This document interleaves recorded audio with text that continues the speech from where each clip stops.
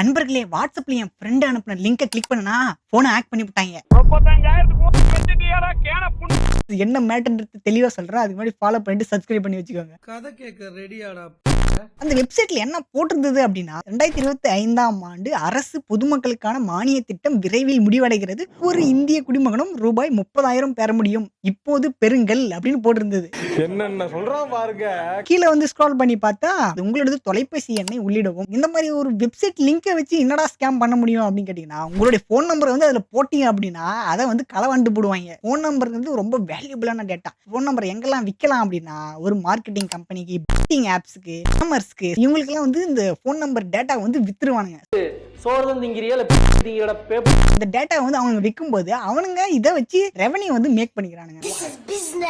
So அடுத்து என்ன ஒரு முக்கியமான விஷயமா இருக்குன்னு நான் நினைக்கிறேன்னா, அதாவது ஒரு வெப்சைட்டை நம்ம விசிட் பண்ணுறோம் அப்படின்னா அந்த வெப்சைட்டில் வந்து ஆடு வந்து ரன் ஆகும். கூகுள் ஆட்ஸ் வந்து ரன் ஆகும்.